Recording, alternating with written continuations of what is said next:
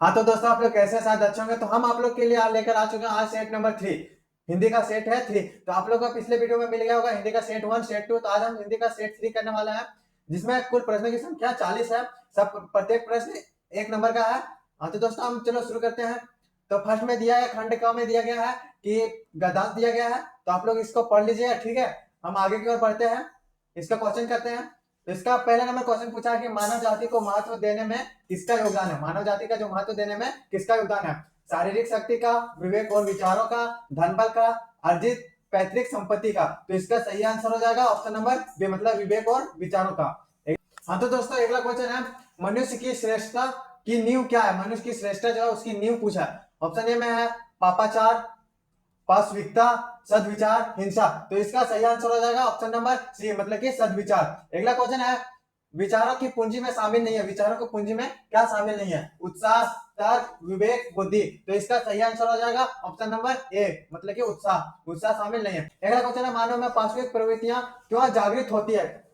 हिंसा, हिंसा बुद्धि के कारण, असत्य बोलने के कारण, कुविचारों के कारण या स्वार्थ के कारण। तो इसका सही आंसर हो जाएगा ऑप्शन नंबर सी, मतलब कि कुविचारों के कारण। अगला क्वेश्चन है, सदविचार का विलोम शब्द क्या है? सदविचार का विलोम शब्द पूछा है। सुविचार है या दुविचार है या आचार है या व्यवहार है। तो इसका सही आंसर हो जाएगा ऑप्शन नंबर बी, मतलब कि सदविचार का विलोम शब्द दुविचार है। आगे दिया गया पदान, आगे का दान मतलब कि क्वेश्चन पोएम से उठाया गया है। तो आप लोग इसको पढ़ लीजिएगा, हम इसका क्वेश्चन करते हैं, ठीक है।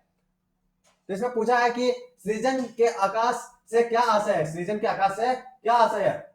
नए आकाश का बनना, आकाश का मिटना, चिड़िया का नया घोंसला, वस्तुओं का आविष्कार। तो इसका सही आंसर हो जाएगा ऑप्शन नंबर सी, मतलब कि चिड़िया, चिड़िया का नया घोंसला।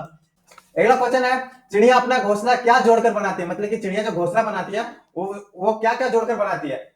ऑप्शन ए में है लकड़ी लकड़ी जोड़कर, बी में है ईट सीमेंट जोड़कर, सी में है तिनका तिनका लाकर या कील लोहे लाकर। तो इसका सही आंसर हो जाएगा ऑप्शन नंबर सी, मतलब कि वो लकड़ी, मतलब चिड़िया जो घोंसला बनाती है वो तिनका तिनका लाकर बनाती है। अगला क्वेश्चन है, मानव और दानव में क्या अंतर है? मानव और दानव में क्या अंतर है? ऑप्शन ए में मानव आंसू पूछते हैं और दानव आंसू लाते हैं। बी में है मानव के पास शक्ति नहीं होती और दानव के पास होती है। सी में है मानव और दानव दोनों एक समान है। डी में है मानव खराब होते हैं और दानव अच्छे। तो इसका सही आंसर हो जाएगा ऑप्शन नंबर ए, मतलब मानव मानव आंसू पूछते हैं और दानव आंसू लाते हैं। अगला क्वेश्चन है, नाश का विलोम क्या है? नाश जो उसका विलोम शब्द पूछा है, ध्वंस, विनाश, सृजन या नाशवान, नासवान। तो इसका सही आंसर हो जाएगा ऑप्शन नंबर सी, मतलब कि सृजन।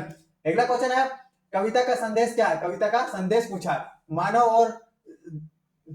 और दानव दोनों एक समान है, राहों में आग बिछानी चाहिए, घर घर में फूल की देखभाल करनी चाहिए, खुद मिट कर भी दूसरों का भला करना चाहिए। तो इसका सही आंसर हो जाएगा ऑप्शन नंबर डी, मतलब कि खुद मिट कर भी दूसरों का भला करना चाहिए। खंड खा में दिया गया है, इसमें क्वेश्चन पूछा है कि चिड़िया आसमान में उड़ती है, चिड़िया आसमान में उड़ती है, इस वाक्य में कौन सी क्रिया है? मतलब चिड़िया आसमान में उड़ती है, इस वाक्य में कौन सी क्रिया वो पूछा। सकर्मक क्रिया या अकर्मक क्रिया या दोनों है या कोई नहीं है। तो इसका सही आंसर हो जाएगा ऑप्शन नंबर बी, मतलब कि इसमें अकर्मक क्रिया। अगला क्वेश्चन है, जिस वाक्य में कर्ता और क्रिया उपस्थित होते हैं किंतु कर्म ना हो, वह कौन सी क्रिया होती है?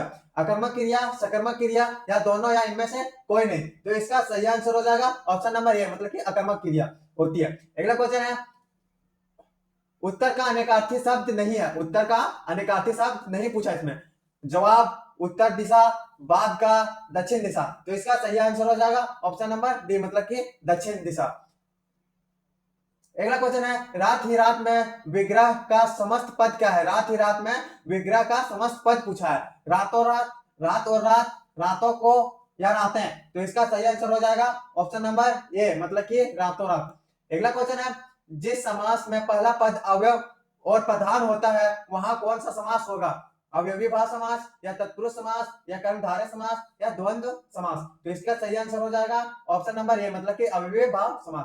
अगला क्वेश्चन है, मिश्र वाक्य में एक प्रधान उपवाक्य और शेष कौन सा उपवाक्य होता है? मतलब मिश्र वाक्य में प्रधान वाक्य और शेष कौन सा उपवाक्य होता है वो पूछा। सरल उपवाक्य या आश्रित उपवाक्य या संयुक्त उपवाक्य या मिश्र वाक्य। तो इसका सही आंसर हो जाएगा ऑप्शन नंबर बी, मतलब कि आश्रित उपवाक्य। अगला क्वेश्चन है, राजा का महल राजा का महल राजमहल कौन सा समास है? राजा का महल राजमहल कौन सा समास है? तत्पुरुष समास है या अव्ययीभाव समास है या कर्मधारय समास है या बहुव्रीहि समास है? तो इसका सही आंसर हो जाएगा ऑप्शन नंबर ए, मतलब कि तत्पुरुष समास। अगला क्वेश्चन है, निम्न में से किस वाक्य में समुच्चय बोधक शब्द का प्रयोग हुआ है? मतलब समुच्चय बोधक शब्द का प्रयोग हुआ, वो वाक्य पूछा, कौन सा वाक्य है इनमें से? मोहन और सोहन घनिष्ठ मित्र है, वाह हम मैच जीत गए, पानी तेज बह रहा है, तुम वहां से कहां जाओगे? तो इसका सही आंसर हो जाएगा ऑप्शन नंबर ये, मतलब कि मोहन और सोहन घनिष्ठ मित्र है, इसमें समुच्चय बोध शब्द का प्रयोग किया गया। अगला क्वेश्चन है, बच्चे गीत गा रहे हैं, इस वाक्य में कौन सा वाच्य है? बच्चे गीत गा रहे हैं, इस वाक्य में वाच्य मतलब कौन सा वाच्य है वो पूछा है। तो ऑप्शन ए में है कृत्यवाच्य, क्रमवाच्य या भाववाच्य या कोई नहीं। तो इसका सही आंसर हो जाएगा ऑप्शन नंबर ए, मतलब कि कृत्यवाच्य है।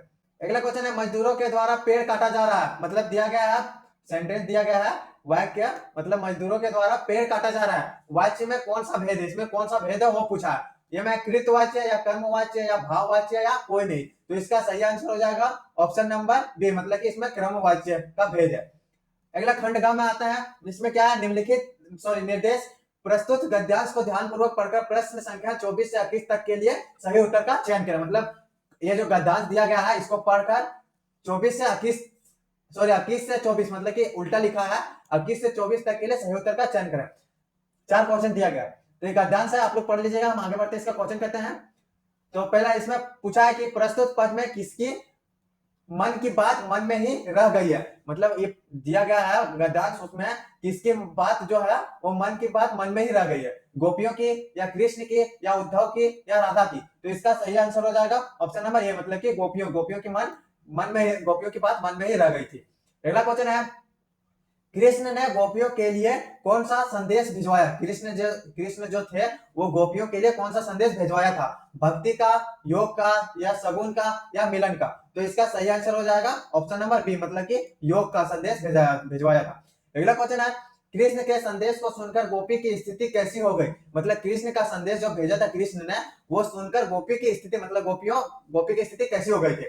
मिलन की आस जगी, विरह की आग जगी, खुशी की आग जगी या प्रेम की आग जगी? तो इसका सही आंसर हो जाएगा ऑप्शन नंबर बी, मतलब कि विरह की आग जगी। अगला क्वेश्चन है, गोपियों के अनुसार कृष्ण ने कौन सी मर्यादा का उल्लंघन किया? गोपियों के अनुसार कृष्ण ने कौन से मर्यादा का उल्लंघन किया था? जाति की, धर्म की, प्रेम की या राजधर्म की? तो इसका सही आंसर हो जाएगा ऑप्शन नंबर सी, मतलब कि प्रेम की। गोपियों के अनुसार कृष्ण ने प्रेम का मर्यादा का उल्लंघन किया था। अगला है कि निर्देश निम्नलिखित प्रश्नों के सही विकल्प का चयन करें। मतलब यहाँ से क्वेश्चन दिया है, कविता से उठा के दिया गया है, मतलब बुक से। अगला क्वेश्चन है, उत्साह कविता किन अर्थों की ओर संकेत करती है? उत्साह जो है चैप्टर, मतलब कविता है, उस कविता में किन अर्थों का संकेत करती है उत्साह में? ऑप्शन ए में है जीवन के संहार और विध्वंस की ओर।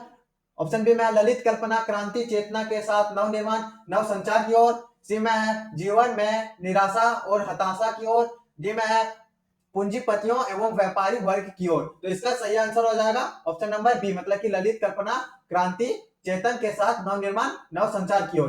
अगला क्वेश्चन है, जलजात का अर्थ क्या होगा? जलजात का अर्थ पूछा है, गुलाब का फूल या कमल का फूल या जूही का फूल या बेली का फूल? तो इसका सही आंसर हो जाएगा ऑप्शन नंबर बी, मतलब कि जलजात का अर्थ कमल का फूल होता है। अगला क्वेश्चन है, नागार्जुन ने फसल के लिए किन आवश्यक तत्वों की चर्चा की थी? नागार्जुन ने जो फसल के लिए किन आवश्यक तत्वों की चर्चा की थी? नदियों के पानी का, किसानों की मेहनत, मिट्टी का गुणधर्म और सूर्य की किरणें, उपयुक्त सभी? तो इसका सही आंसर हो जाएगा ऑप्शन नंबर डी, मतलब कि उपयुक्त सभी, मतलब ये चारों का चर्चा किया था। अगला क्वेश्चन है, कितने साल तक हवलदार साहब काम के सिलसिले में उस कस्बे में गुजरे थे? मतलब जो हवलदार साहब थे वो अपने काम के सिलसिले में आते जाते रहते थे, कितने साल, मतलब कितने साल उसमें कस्बे में आए गुजरे, मतलब आते जाते रहते थे? ऑप्शन ए में 2 साल तक, 4 साल तक, 7 साल तक या 10 साल तक? तो इसका सही आंसर हो जाएगा ऑप्शन नंबर ए, मतलब कि 2 साल तक गुजरे थे।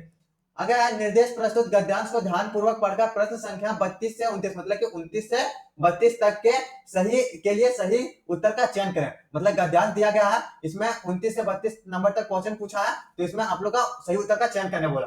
तो आप लोग गद्यांश पढ़ लीजिएगा, हम इसका क्वेश्चन करवाते हैं। तो इसमें क्वेश्चन में पूछा है कि पहला क्वेश्चन इसका है कि प्रस्तुत गद्यांश किस कहानी से लिया गया है, मतलब ये जो गद्यांश दिया गया है ये किस कहानी से लिया गया है, बाल गोविंद भगत या नेताजी का चश्मा या एक कहानी यह भी या माता का आंचल। तो दोस्तों आप लोग पढ़िएगा तो आप लोगों को खुद पता चल जाएगा कि कौन से मतलब चैप्टर से लिया गया है, कौन से कहानी से लिया गया है। तो इसका सही आंसर हो जाएगा ऑप्शन नंबर बी, मतलब कि नेताजी का चश्मा से यह गद्यांश लिया गया है। अगला क्वेश्चन है हालदार साहब कितने दिनों बाद कस्बे से गुजरे, मतलब हालदार साहब जो थे वो कस्बे आना बंद कर दिए थे, तो कितने दिनों बाद कस्बे से गुजरे थे। तो ऑप्शन है में 10 दिनों बाद या 12 दिनों बाद या 13 दिनों बाद या 15 दिनों बाद। तो इसका सही आंसर हो जाएगा ऑप्शन नंबर डी, मतलब कि 15 दिनों बाद गुजरे थे।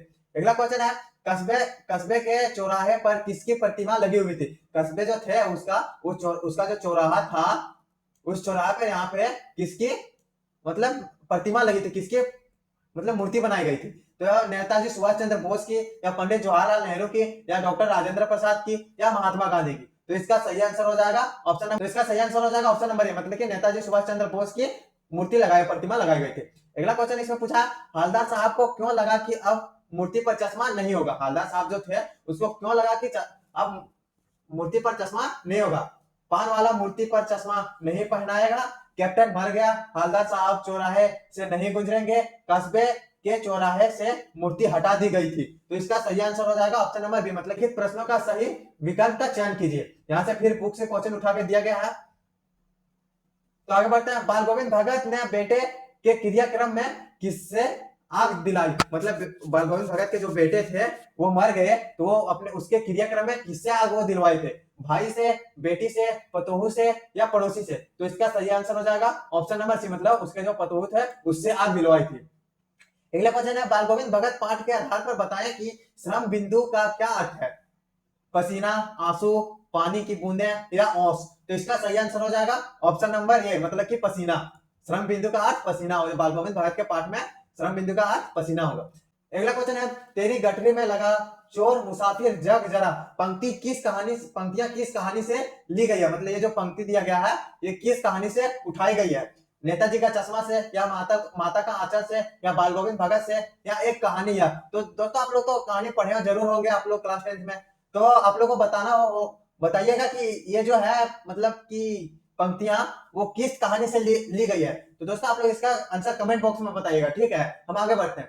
अगला क्वेश्चन है बाल गोविंद भगत की संगीत साधना का चरम उत्कर्ष कब देखा गया, मतलब बाल गोविंद भगत जो उसका संगीत साधना था वो सुबह सुबह उठ के जाते थे, मतलब तालाब था वहां पे, रोज नहाते थे सुबह, ठंडा हो या गर्मी, और वहां पे वो अपना गीत गाते थे, मतलब संगीत गाते थे। तो उसका जो संगीत साधना का चरम उत्कर्ष था तो कब देखा गया, जब कार्तिक मास आता था, या जब उनका इकलौता बेटा मारा, या जब यह गंगा स्नान को जाते थे, या जब रोपनी के समय होता था। तो इसका सही आंसर हो जाएगा ऑप्शन नंबर बी, मतलब कि जब उनका इकलौता बेटा मारा गया।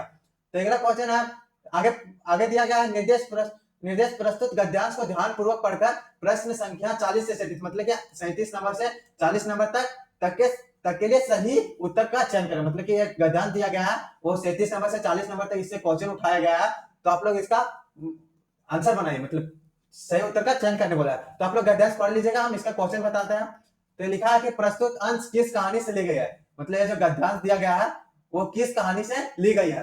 तो ऑप्शन है मैं माता का आंचल, जॉर्ज पंचम की नाथ, साना साना हाथ जोड़ी, या मैं क्यों लिखता हूं। तो इसका सही आंसर हो जाएगा ऑप्शन नंबर ए, मतलब कि माता का आंचल से ये कहानी उठाया गया है, गद्यांश उठाया गया।